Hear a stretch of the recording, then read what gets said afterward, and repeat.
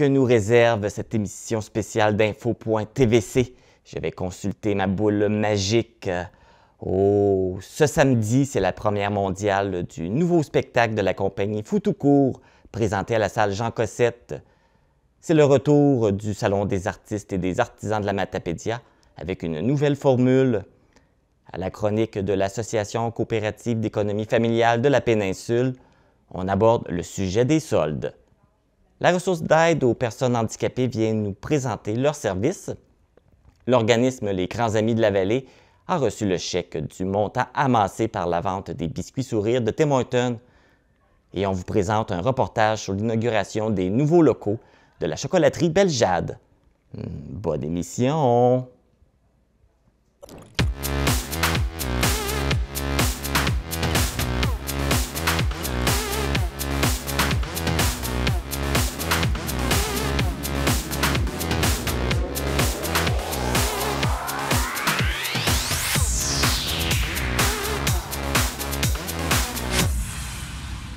Ici Marc Baudouin, bienvenue à cette émission spéciale Halloween d'Info.tvc. Il y a plusieurs activités qui auront lieu cette fin de semaine ainsi que le 31 octobre. Pour connaître les activités dans votre secteur, contactez votre municipalité. On débute l'émission avec les actualités matapédiennes. Le chiropraticien et fondateur de la clinique Axe Chiropratique à Amqui, Olivier Chagnon, est accusé d'agression sexuelle et de contact sexuel sur une personne d'âge mineur. C'est le 11 octobre dernier que l'homme de 40 ans a comparu une première fois au palais de justice d'Amqui en rapport avec ses deux chefs d'accusation. Les plaintes à son endroit ont été déposées quelques jours auparavant, soit le 7 octobre. Présumé innocent, il poursuit sa pratique en clinique puisque l'Ordre des chiropraticiens du Québec affirme n'avoir reçu aucune plainte à son endroit en lien avec sa pratique. Olivier Chagnon doit revenir devant le tribunal le 6 décembre pour répondre à ses deux chefs d'accusation. Pour permettre aux citoyens de discuter d'enjeux préoccupants, de trouver des actions concrètes à mettre en place et faire le suivi du plan d'action du plan directeur de l'eau, l'organisme de bassin versant Matapédia-Restigouche a organisé 2 tables de concertation. La première, qui a eu lieu le 13 octobre dernier, a été un excellent réveil au processus de concertation. Pour celles qui n'avaient pas pu participer à cette première concertation, vous pouvez toujours vous inscrire à la deuxième qui se déroulera le 3 novembre prochain en matinée. Pour toute information ou pour vous inscrire, veuillez contacter l'organisme de bassin versant Matapédia-Restigouche en composant le 81-877-868-3314, poste 2, ou en vous rendant sur le site web www.matapediarestigouche.org. Du 14 au 18 novembre aura lieu la semaine matapédienne de l'entrepreneuriat 2022. Lors de cette semaine, plusieurs formations adaptées aux besoins des entreprises de la région seront offertes. Vous retrouvez la programmation complète et les détails sur la page Facebook de la semaine matapédienne de l'entrepreneuriat.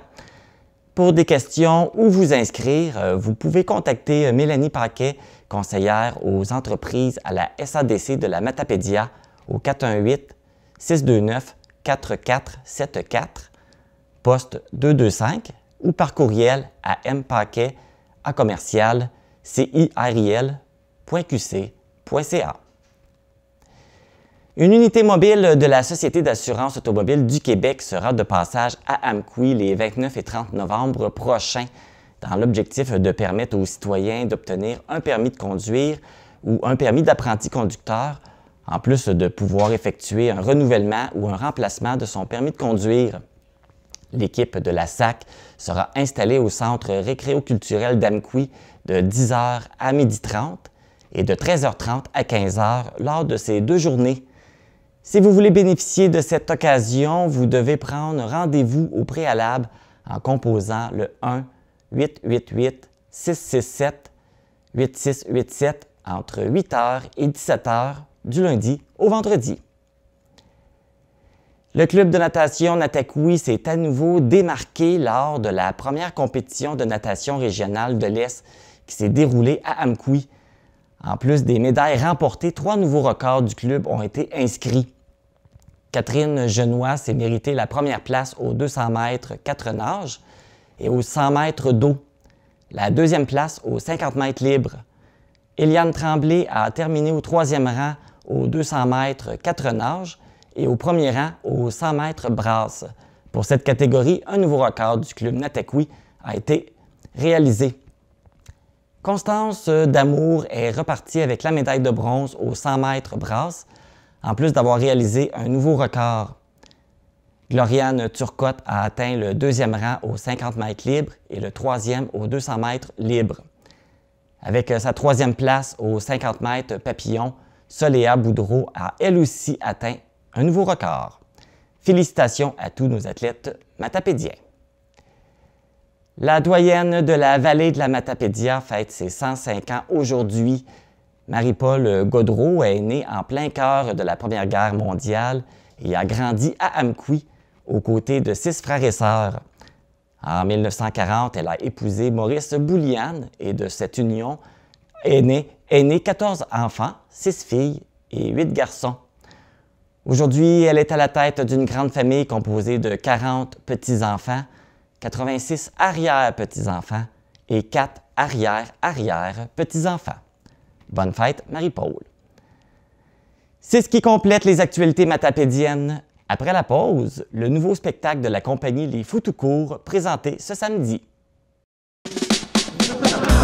C'est le moment de la Minute de l'humour avec... Savez-vous, c'est quoi ça sent, un pet de clown? Ça sent drôle.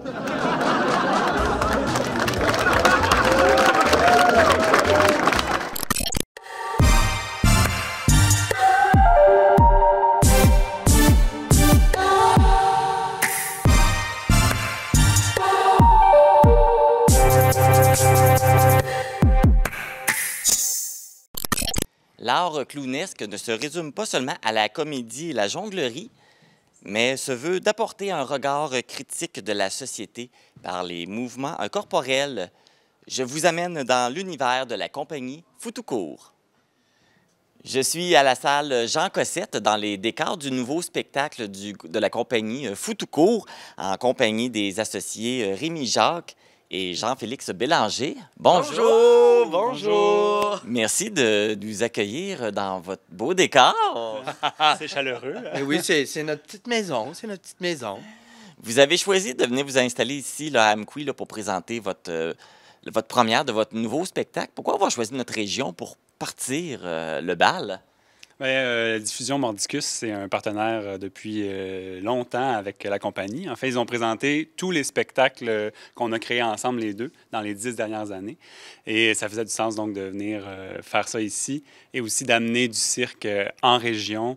Ça fait partie des missions de la compagnie, de créer des productions qui sont adaptées aux salles du Québec et du monde qui sont de tailles différentes. Pour ceux qui ne vous connaissent pas, vous faites de l'art clownesque. Qu'est-ce que c'est? Qu'est-ce que c'est de l'art clownesque?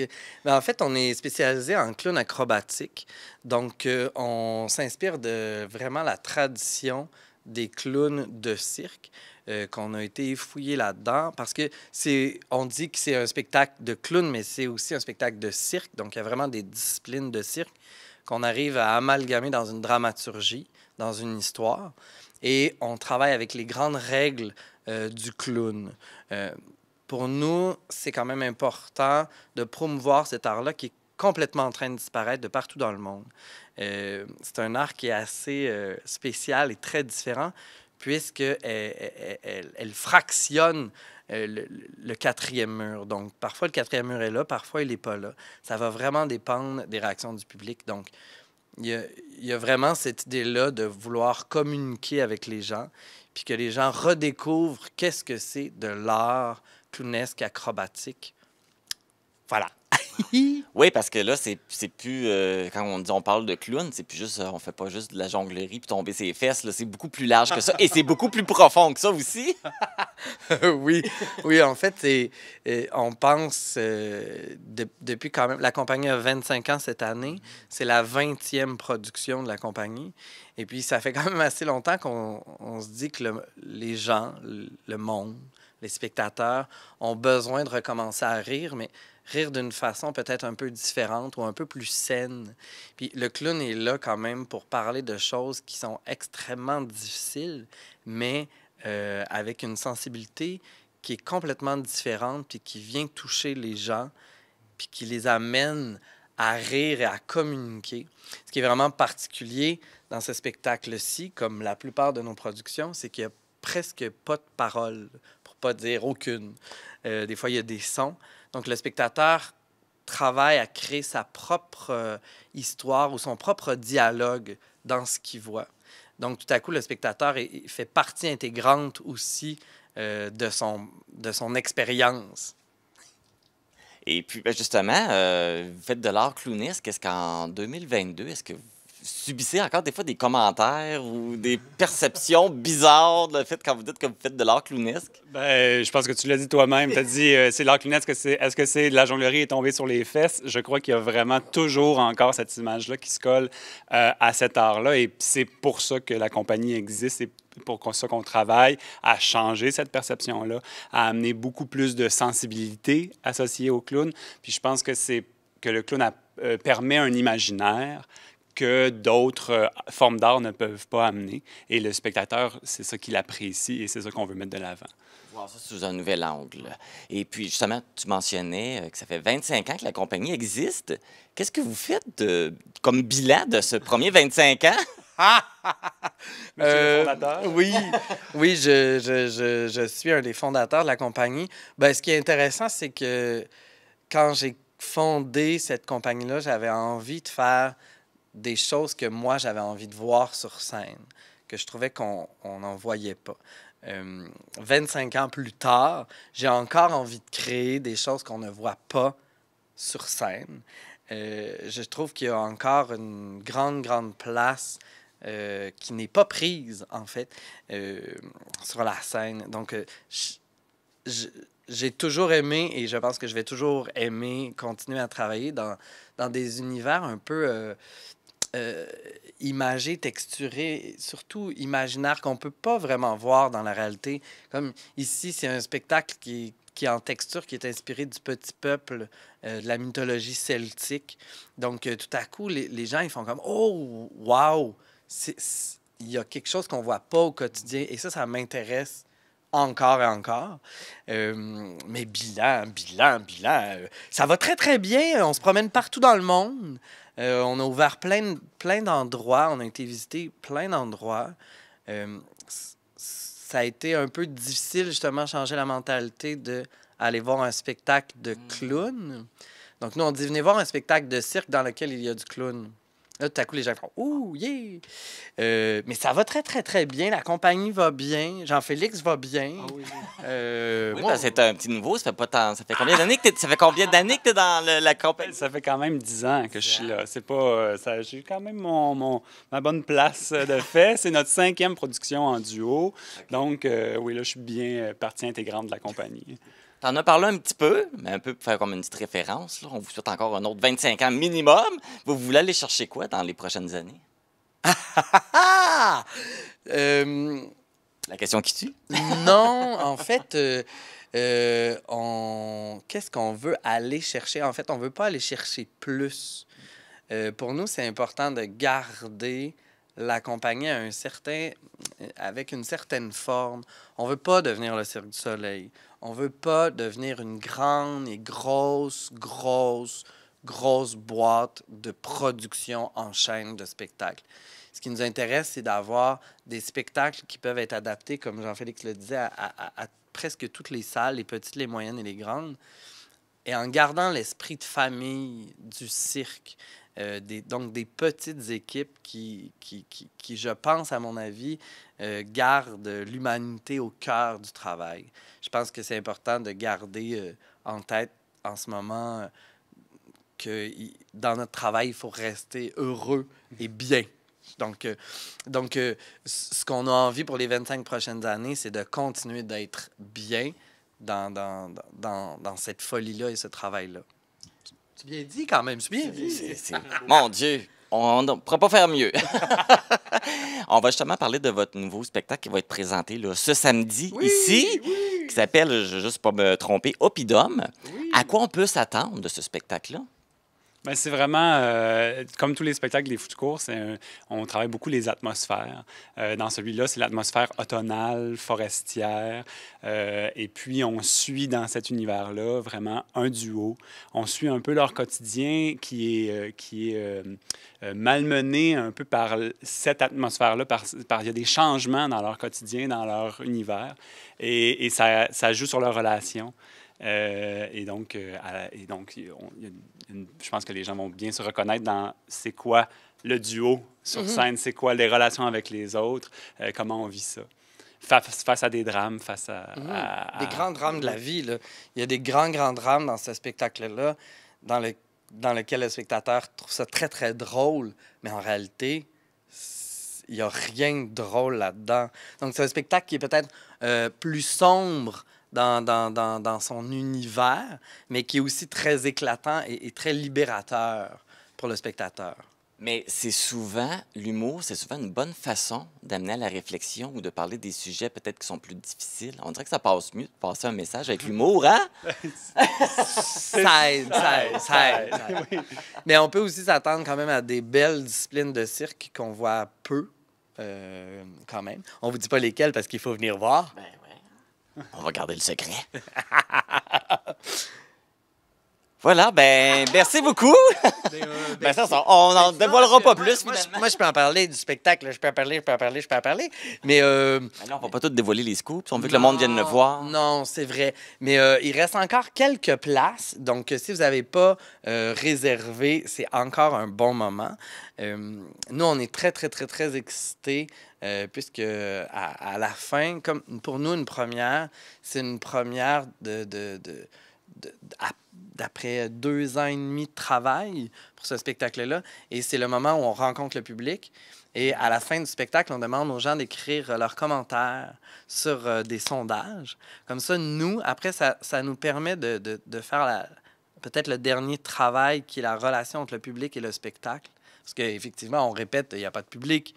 Et c'est du clown, on a besoin du public. Donc, on invite quand même tous les gens qui vont venir nous voir à laisser des petites notes au sondage pour que nous, on puisse entendre la voix du spectateur aussi. C'est intéressant, puis pouvoir peut-être faire des adaptations, des ajustements selon ce que les gens veulent voir.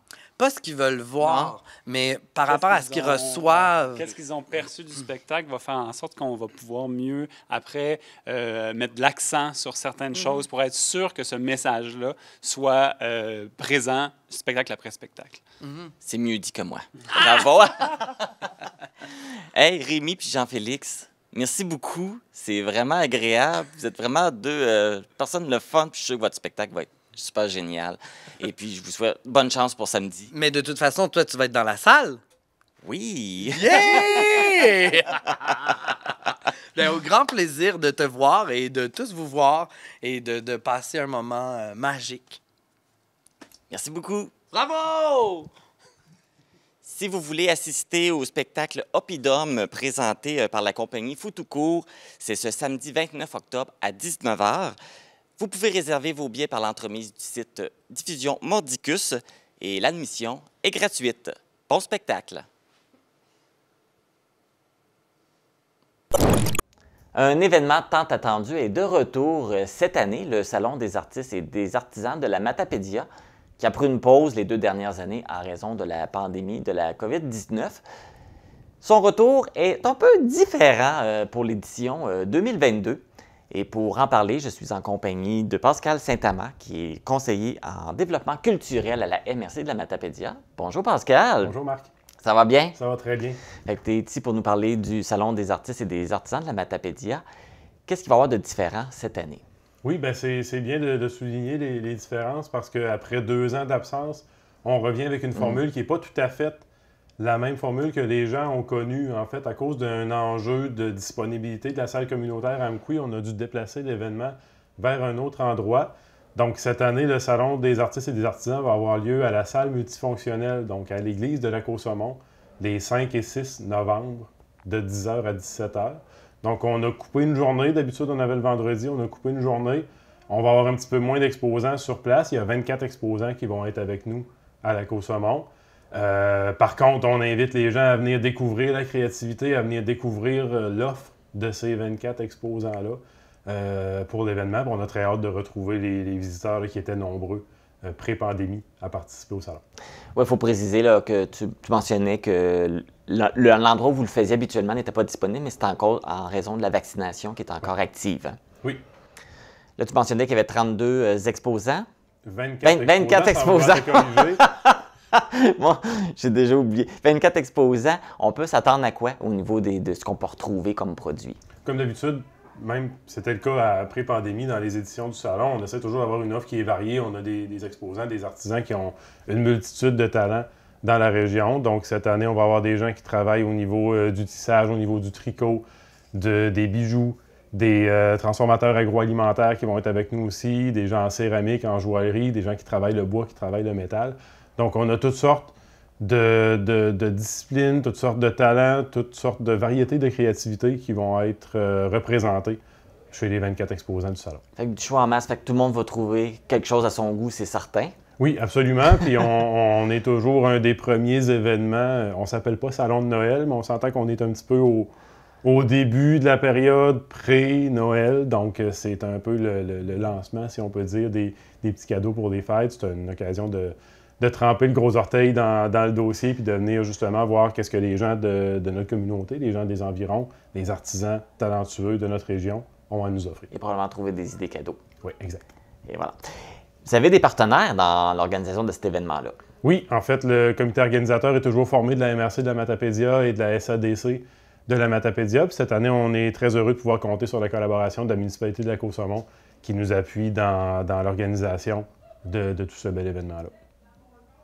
Et il faut rappeler que c'est un événement, c'est gratuit. Les gens qui veulent assister, c'est gratuit. Oui, l'accès est gratuit. Les portes vont être ouvertes les 5 et 6 novembre de 10h à 17h. On invite tout le monde à passer nous voir et à passer rencontrer les exposants. Parfait. Bien, merci Pascal. Ça fait plaisir. On va vous souhaiter un beau salon. Merci, puis vous viendrez nous voir. Oui, tout à fait.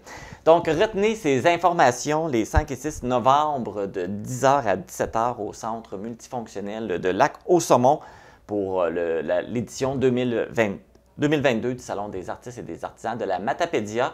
Si vous voulez plus d'informations, vous pouvez consulter la page Facebook SAA Matapédia. Pour nous joindre, composez le 418-629-4503 ou écrivez-nous à journaliste@tvcmatapedia.com. Restez à l'affût de toutes nos activités en nous suivant sur Facebook. Vous pouvez également regarder nos émissions en vous abonnant à notre chaîne YouTube. Cette semaine, à la chronique de la CEF, l'Association coopérative d'économie familiale de la péninsule, on parle des soldes, mais je vous pose une question. Est-ce que les soldes, c'est toujours une bonne affaire?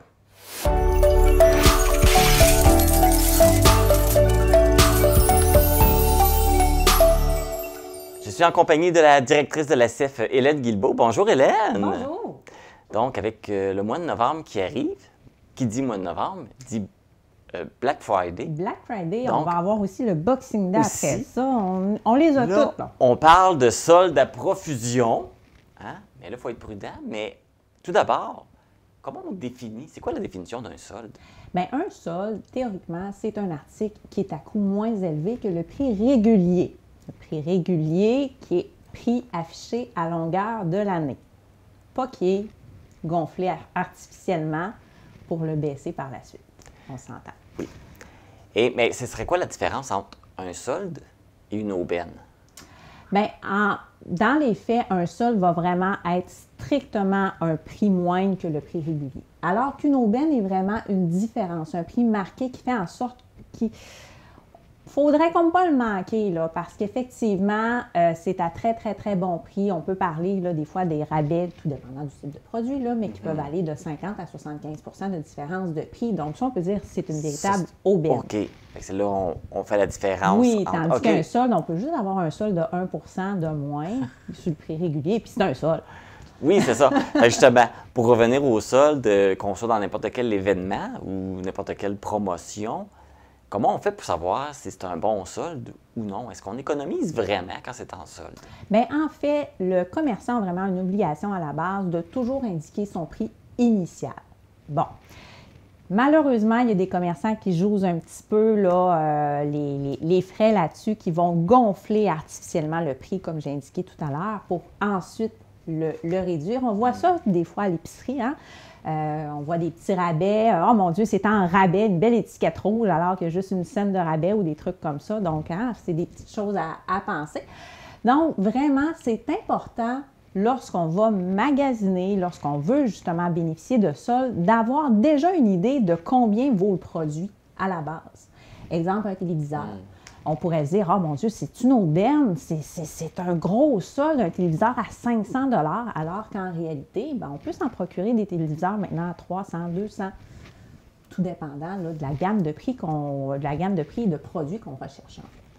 Il faut faire attention parce que là, on parle de l'épicerie des articles, mais des fois, il y a une pièce ou comme à l'épicerie, on voit souvent des 30 cents de rabais. Avec des grosses étiquettes rouges, hein? C'est pas un vrai solde de 30 pièces, pas 30 pièces, mais 30 cents de rabais. Non, effectivement. Puis, faut que le consommateur, on soit conscient qu'on est non seulement un consommateur, mais également un produit pour le commerçant. Donc, tout est bon pour nous faire consommer. Tout est bon pour nous faire acheter. Donc, que ce soit par l'affichage sur les produits, donc justement une belle étiquette rouge avec ben des flashers autour qui nous appellent là, vite, vite, vite, il faut l'acheter. Mais également, durant la période du Boxing Day et du Black Friday, en fait, on a beaucoup de pression qui est mise sur le consommateur pour procéder à son achat. Donc, souvent, on entend le vite, vite, vite, dépêchez-vous, venez vous le procurer avant qu'il n'en reste plus. Alors qu'en réalité, si le produit est affiché à un prix X, pas le consommateur, mais le commerçant se doit de pouvoir perdurer l'achat, à moins qu'il est indiqué qu'il y a des quantités limitées. Hein? Donc, si, exemple, il est affiché que le produit, une télévision est en spécial, puis vous pouvez vous procurer une télévision à 50 $, bien, vous allez vous en procurer une. Et s'il n'y en a pas planché, vous pouvez demander un bon différé. Oui, c'est ça. C'est ça, je m'en ai pour te dire. Les bons différés, quand ils ne l'ont plus en stock, le commerçant est obligé de te donner un bon différé. Exactement. Parce qu'il n'est pas capable de fournir la demande. À moins qu'il le marque que des quantités limitées. À ce moment-là, c'est vraiment indiqué, il y en a 1000, il y en a 500, peu importe. Il y a une quantité limitée qui est disponible. Donc, une fois qu'il n'y en a plus, il n'y en a plus, c'est terminé. On n'a pas de bon différé à ce moment-là à offrir. Moi, j'entends souvent, probablement que toi aussi, on entend souvent des commentaires quand il y a le Boxing Day ou le Black Friday. Les gens disent, mais c'est pas des vrais soldes.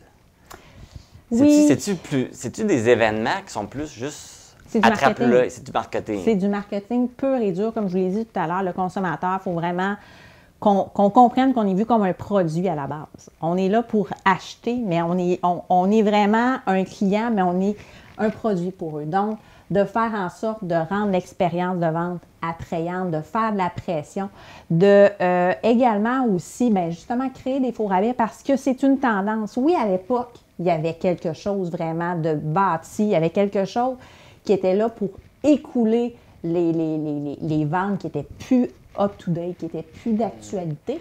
Sauf que là, maintenant, la technologie va tellement vite. On a des produits neufs sur le marché à toutes les semaines, à tous les jours presque. Donc, de dire qu'un produit n'est plus up-to-date, bien, c'est constamment d'actualité, en fait, présentement.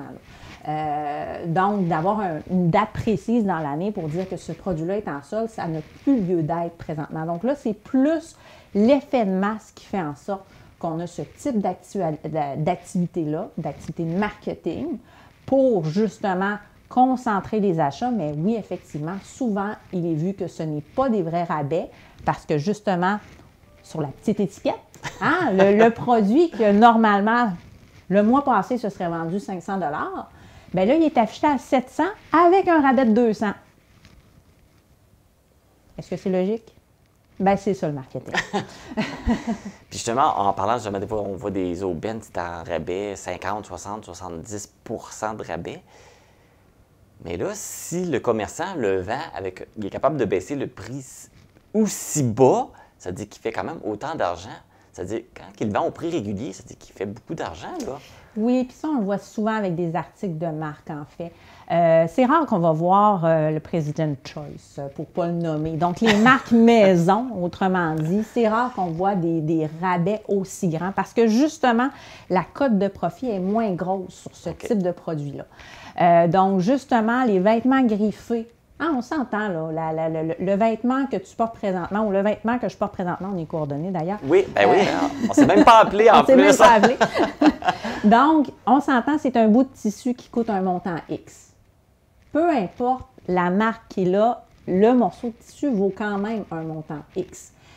C'est le fait qu'on ajoute une marque par-dessus qui va faire en sorte justement de peut-être bonifier le prix. Donc, le fait qu'il va avoir une renommée ou qu'il va être par des adultes et non pas des enfants. Il y a beaucoup de choses qui rentrent là, en bout de ligne pour créer la marque d'une certaine façon, mais ça fait en sorte effectivement que c'est quand même juste un même bout de tissu. Le tien t'a peut-être coûté 40 $, le mien en a peut-être coûté 30 $, mais qu'est-ce qui fait la différence? C'est la marque qui est reliée à tout ça. Puis dans quelques mois, à la fin de la saison, ils vont vouloir l'écouter. Ils vont vouloir l'écouler, donc ils vont le vendre 10 $ au lieu de 40. Mais là, c'est ça la question. Le commerçant qui le vend à si bas prix, fais-tu quand même de l'argent? Parce qu'on a l'impression que quand ils vendent pas cher, qu'ils baissent le prix tellement bas, ils doivent pas faire d'argent. Bien, ils sont pas mal even, on s'entend. Ils doivent faire quand même une petite mini-cote de profit. Mais c'est ça aussi, il y a beaucoup de choses qui peuvent provenir, exemple, de la maison mère, donc des ordres vraiment distincts de la maison mère qui leur dit, bien écoutez, vous devez écouler ce stock-là, tout dépendant du type de produit qu'on achète dans tel magasin. Donc, il y a beaucoup d'indications qui proviennent également de la maison mère. Mais au lieu, des fois, de jeter cette fourniture-là ou de la renvoyer dans les entrepôts, stockage, donc ça représente des coûts, à ce moment-là, préfère l'écouler peut-être des fois à perte. C'est assez rare, mais c'est possible. Fait qu'ils font quand même de l'argent un peu. Généralement. C'est rare qu'on part en affaires pour ne pas faire d'argent. C'est ça. Et puis, un autre point, en discutant, ça me rappelait un sujet qu'on a déjà discuté dans une autre chronique auparavant.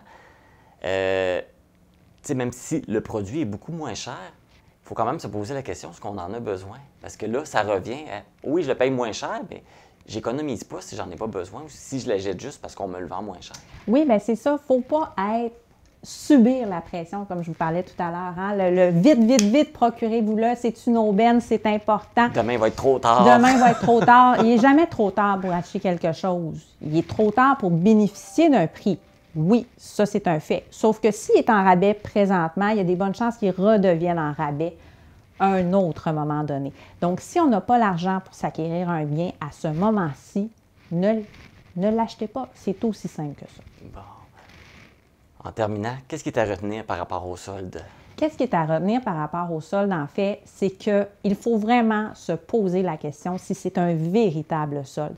Donc, avant même d'acquérir un bien, magasinez donc un petit peu avant. Faites une analyse de comparatif. Allez voir dans d'autres magasins pour voir si c'est un véritable solde, si ça vaut vraiment la peine de l'acheter, mais aussi si vous en avez vraiment le besoin. Bien, merci, Hélène. Merci. Mais tu vas revenir? Absolument. Puis là, prochaine chronique, on va parler du temps des fêtes. Oui. Puis ça, c'est une période qui coûte cher aussi. Comment faire pour que pas briser notre petit cochon puis tout vider nos économies pendant la période des fêtes? Exactement. Des bons trucs, des bons conseils qui vont être juste à point pour Noël. Vous connaissez probablement l'organisme La Ressource d'aide aux personnes handicapées, mais connaissez-vous tous les services qu'ils offrent? Alors, pour nous en parler, je reçois Thérèse Sirois, qui est directrice générale, et Carole Pitre, qui est présidente. Bonjour, mesdames! Bonjour. Donc, Thérèse ici, à première à ma gauche, et deuxième, Carole, pour que les gens puissent vous reconnaître. Tout à fait. Là, vous faites le tour des médias pour parler justement de l'organisme La Ressource d'aide aux personnes handicapées. J'imagine si vous faites cet exercice-là, c'est parce qu'il y a encore beaucoup de travail à faire pour vous faire connaître et mieux vous faire... mieux expliquer les services que vous offrez.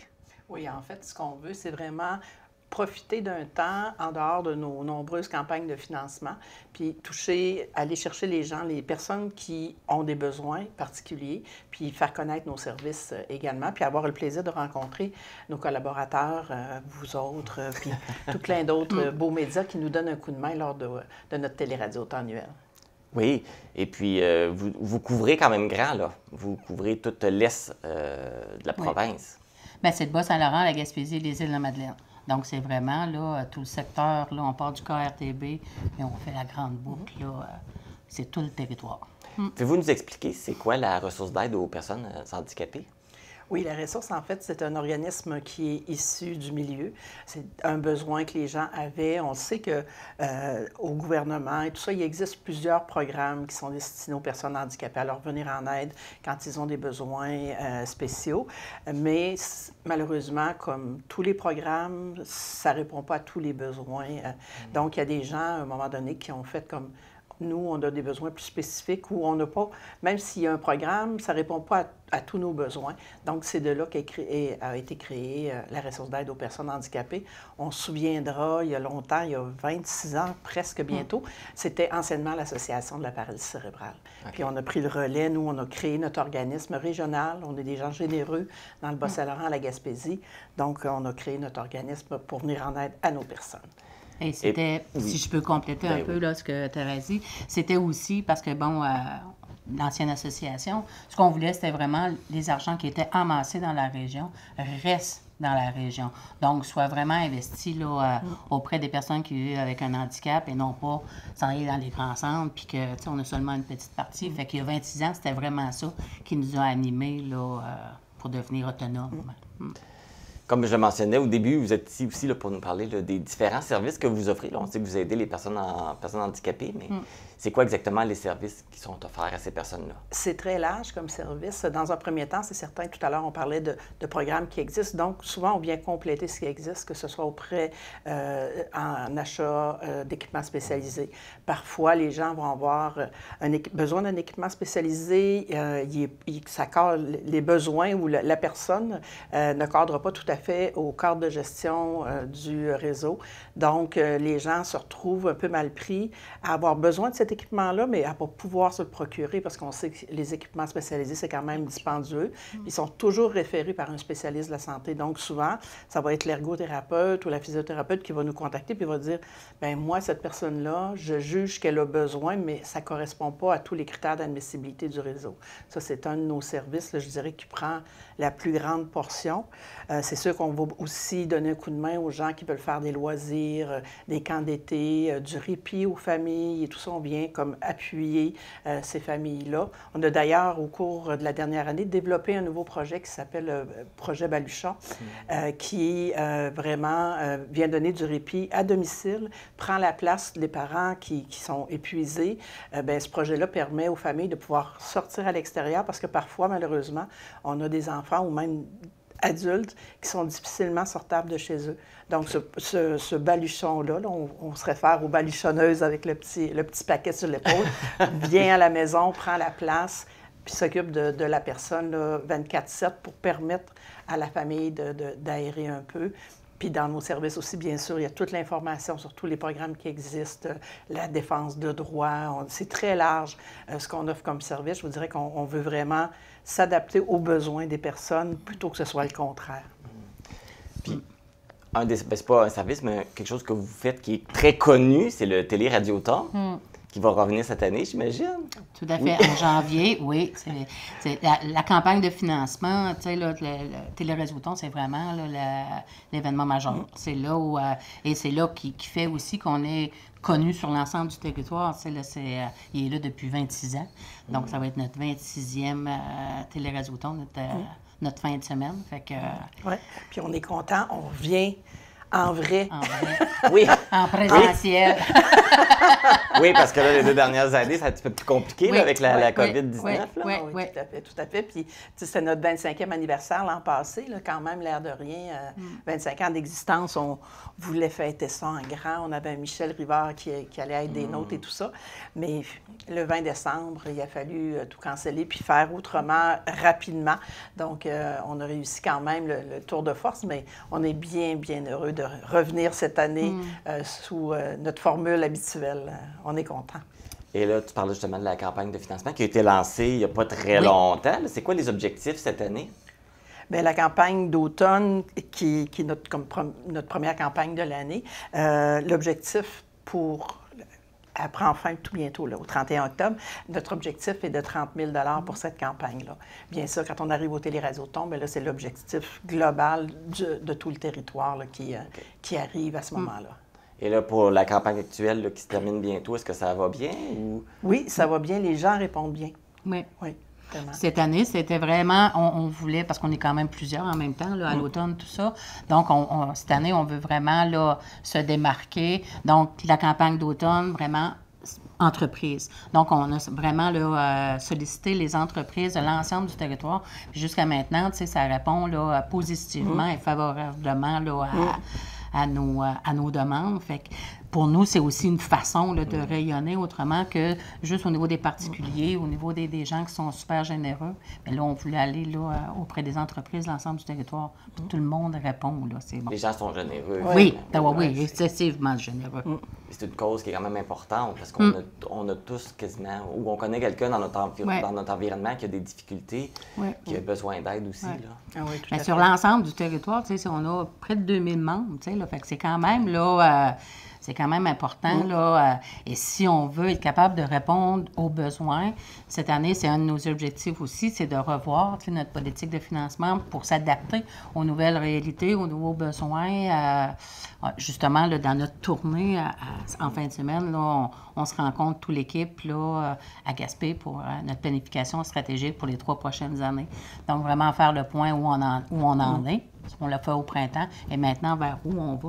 Donc là, au niveau en termes de besoins financiers, tout ça, bien, ça va plus vraiment se définir là, au cours des prochaines semaines. Là. Vous avez beaucoup de bénévoles aussi, j'imagine? Oui, on est vraiment gâtés, choyés d'avoir autant de bénévoles là, qui se joignent à notre équipe. D'ailleurs, Carole, c'est une de nos pionnières. La ressource existe depuis 26 ans. Carole est bénévole depuis 26 ans. Moi, j'étais bénévole dans les tout débuts aussi de l'organisation. J'ai 2 enfants 2 adultes maintenant, mais ça va tout le temps être mes enfants pareils, qui sont handicapés. Fait que donc, on est là depuis les tout débuts de la création de cet organisme-là. La pénurie de main-d'œuvre, ça touche même le bénévolat. Est-ce que vous sentez que vous êtes affecté par ça ou pour le moment, ça va bien? Bien, pour le moment, ça va quand même bien, mais on le sait qu'il faut comme recruter différemment. Là, on a des gens qui sont en place, qui travaillent à la ressource, des employés de la ressource qui sont là depuis de nombreuses années. Il y en a qui bientôt partiront en retraite, donc on doit déjà penser à une relève. Il faut faire les choses autrement. Là, on peut pas faire comme si ça n'existait pas. Là, la façon d'embaucher, la façon de recevoir les bénévoles, la façon d'être avec les gens, ne serait-ce que pour le Téléradioton, la façon d'être avec les artistes, sont tous des gens qui sont bénévoles, qui viennent sans cachet. Donc, il faut s'assurer de bien les recevoir puis de bien les accueillir. Là. Puis c'est ce qu'on fait. Je pense qu'on est, à la ressource, on est pas mal bon là-dedans pour bien accueillir les gens. Quand on y goûte, je pense que les gens veulent revenir. Puis c'est pour ça qu'on a des gens qui sont là depuis plusieurs années avec nous là, comme bénévoles, campagne après campagne. On les appelle, puis ça répond positivement. Puis tu parlais, là, pour faire du pouce un peu au niveau de la pénurie de la main-d'œuvre, bien, c'est aussi cette année un de nos objectifs. Les personnes vivant avec un handicap, c'est aussi une main-d'œuvre. C'est aussi des gens qui peuvent être sur le marché du travail. Nous, à la ressource, c'est des gens qui vivent avec un handicap, qui travaillent. Donc, ça fait partie, c'est notre... comme pas notre leitmotiv. Notre leitmotiv, l'accessibilité cette année là, aux loisirs, mais aussi au marché du travail, l'ensemble. C'est plus, on parle beaucoup de pénurie, mais il y a quand même au-delà de 100 000 personnes handicapées qui seraient aptes à être sur le marché du travail. Fait que donc, tu sais, les employeurs qui veulent, puis qui sont en pénurie de main-d'œuvre, il y a des programmes, il y a des organismes qui existent pour accompagner ces personnes-là, des différents programmes qui existent pour aider les employeurs à embaucher des personnes handicapées. Puis c'est de la main-d'œuvre qui peut être très fiable et sur qui on peut compter. Oui, tout à fait. Très important. Puis c'est souvent des gens qui veulent travailler parce qu'ils veulent avoir une vie comme tout le monde aussi, puis qui veulent avoir droit à ça. Donc, c'est vrai que c'est une belle main-d'œuvre.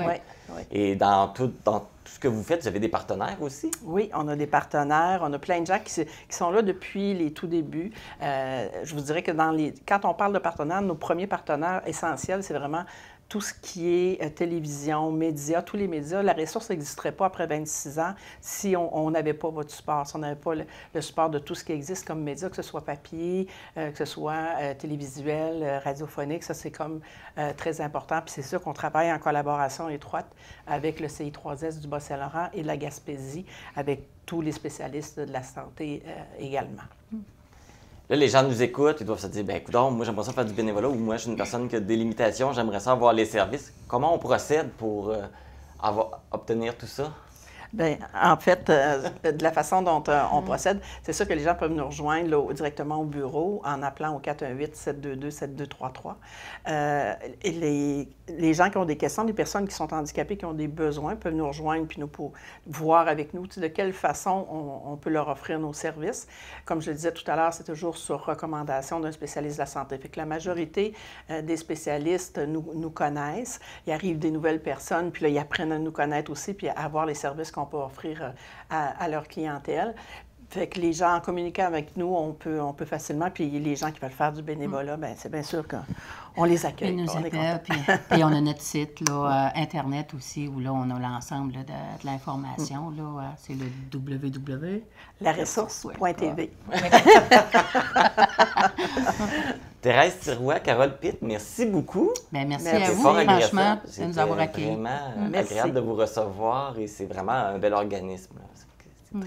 C'est très gentil. Important de le faire connaître. Merci de votre soutien. Donc, pour suivre les activités de la ressource d'aide aux personnes handicapées, vous pouvez également le faire par l'entremise de leur page Facebook La Ressource.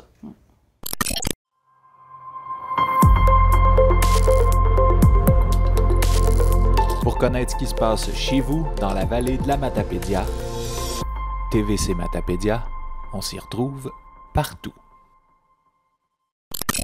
Je suis au Tim Hortons d'Amqui puisque l'organisme Les Grands Amis de la Vallée s'apprête à recevoir le chèque de la vente des biscuits sourires par Tim Hortons. Je suis en compagnie de la directrice par intérim Lisa Marie Gagné et de l'intervenante jeunesse Pierre-Andrea Lebrun des Grands Amis de la Vallée. Bonjour à vous deux. Bonjour. Vous avez reçu le fameux chèque de la vente des biscuits sourires de Tim Hortons.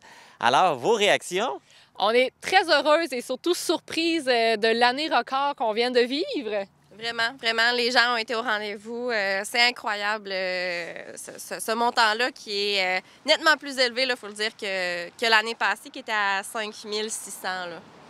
On a quasiment doublé parce que là, on voit sur le chèque 9 091 $. Fait qu'on a quasiment doublé.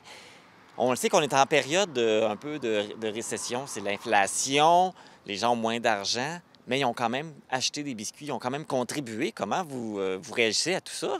Comme que je disais, vraiment surprise de la contribution que toute la population, les entreprises ont fait. Fait que c'est tout de l'argent qui va aller directement aux jeunes de la vallée. Oui, tout à fait. Puis c'est incroyable l'esprit communautaire qu'il y a ici dans la vallée. Là, moi, je suis nouvelle, malgré que ma famille vient d'ici, mais c'est un tissu social qui est tissé serré. C'est incroyable de voir ça. Cette belle générosité-là. Et puis justement, là, tu parlais que ça allait pour les jeunes, mais est-ce qu'il y a déjà des activités prévues qui vont être organisées avec cet argent-là?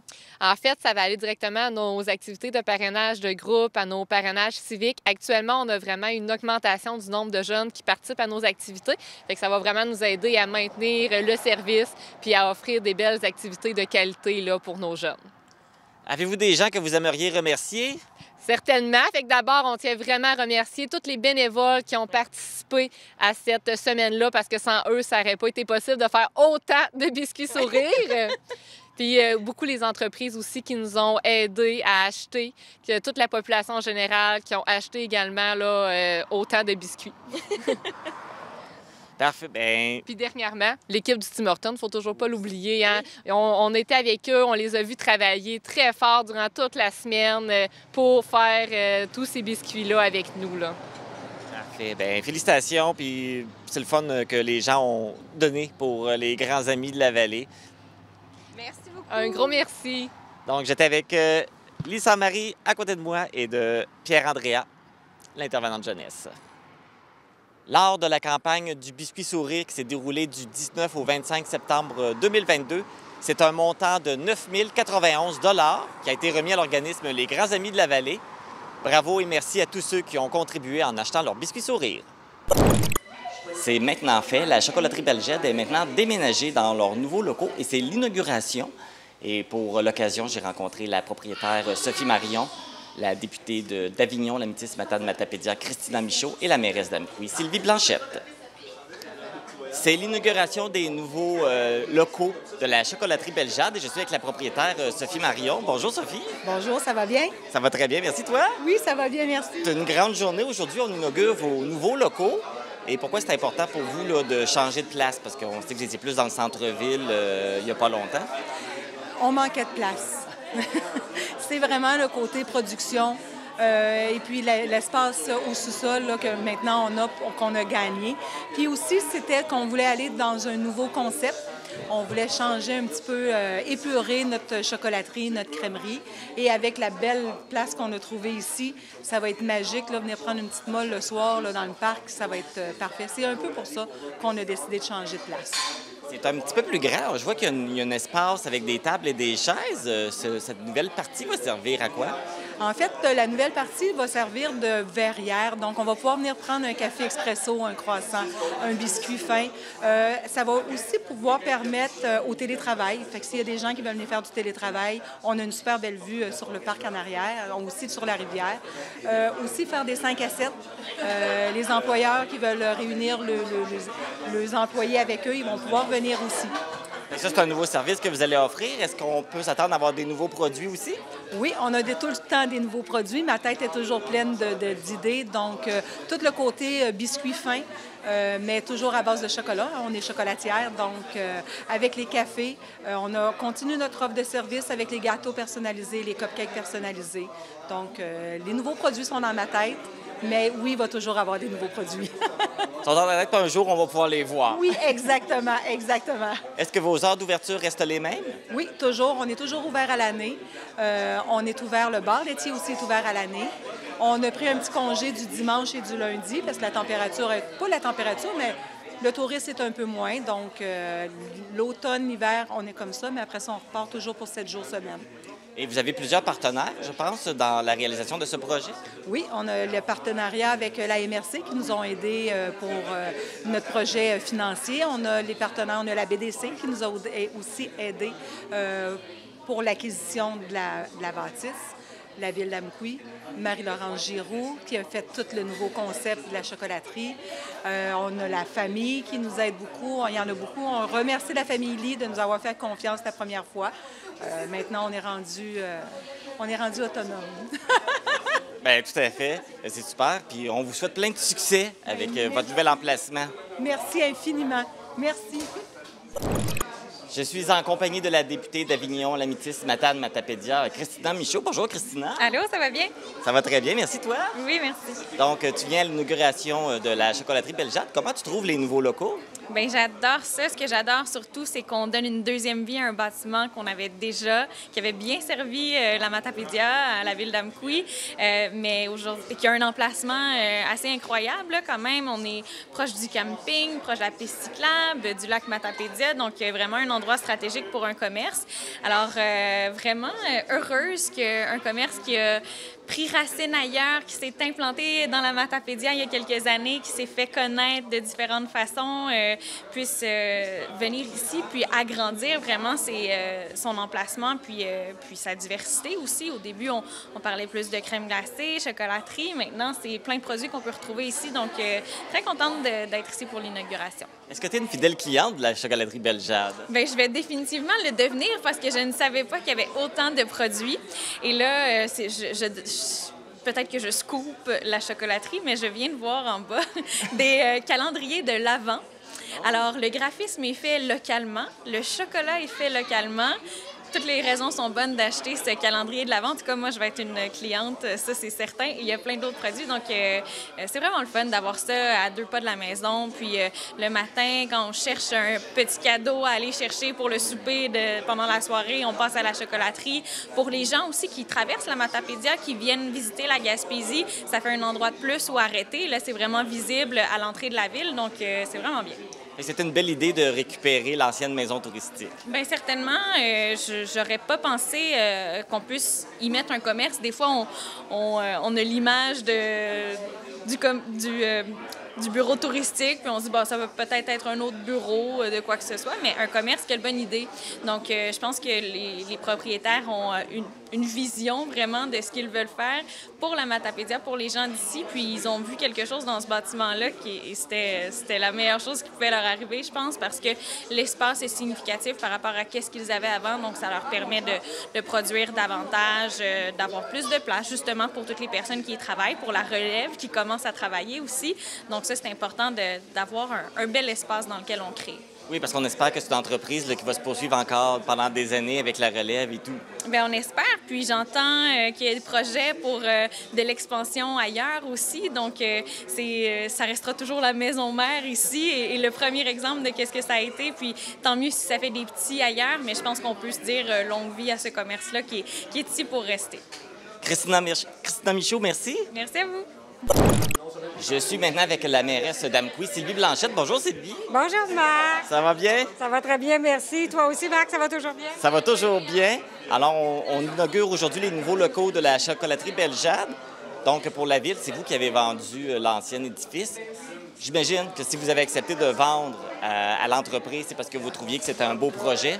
Effectivement, quand M. Savard nous a approchés puis, pour voir s'il pouvait faire l'acquisition de la bâtisse, et quand on a su le projet, parce que, bon, oui, cette bâtisse-là dormait déjà depuis quelques années, et on ne voulait pas la laisser aller trop en décrépitude aussi, parce que, bon, fallait qu'elle puisse servir. On avait étudié quand même certaines possibilités, la déménager ou quoi que ce soit.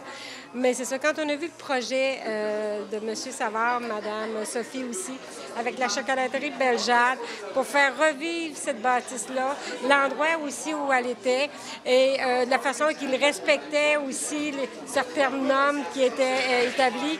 Fait qu'on a vraiment, pour nous, regarde, c'était le projet sur lequel on devait aller aussi. Là, vous avez fait le tour des locaux. Comment vous les trouvez? C'est merveilleux, c'est très beau. Là, ici, on est même dans la petite salle, l'agrandissement. Il y a une luminosité extraordinaire. Tu sais, je me vois venir prendre ici là, un chocolat chaud après une belle marche et même le sous-sol aussi, ce qu'ils ont fait. C'est vraiment, ils ont fait revivre ça d'une façon extraordinaire. On ne reconnaît plus l'ancienne bâtisse là, à l'intérieur, mais à l'extérieur, ils ont gardé quand même le cachet aussi. Et ça, c'est important aussi. On en est très, très fiers. Oui, c'est très, très... Oui, effectivement, c'est très, très beau. Et puis, bien, ça va inciter les gens à venir encourager des entreprises locales. Oui, puis on incite les gens à venir, que ce soit les Amoukouyens, Matapédiennes. Puis dites-le aussi aux gens de l'extérieur quand il va passer ou inviter. Ils ont des produits extraordinaires aussi. Et ça fait une offre pour Amqui qui augmente au niveau de l'attractivité qu'on peut avoir à Amqui. Donc, regarde, ils ont des produits extraordinaires, vraiment délicieux. Ils continuent aussi à créer de nouveaux produits. Ça fait garde. Les gens, là, profitez-en.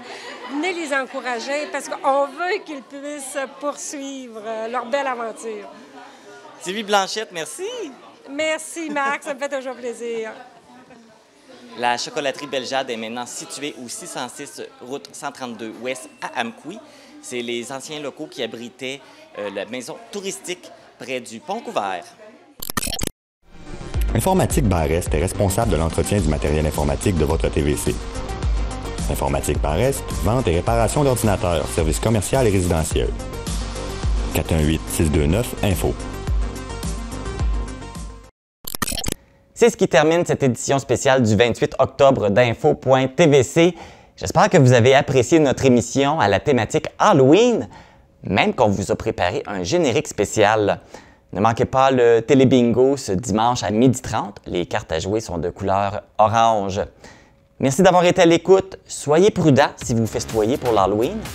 Moi, je vous retrouve vendredi prochain pour une autre édition d'Info.tvc. Bonne semaine et joyeuse Halloween! C'est bon, tu peux t'en aller, c'est fini!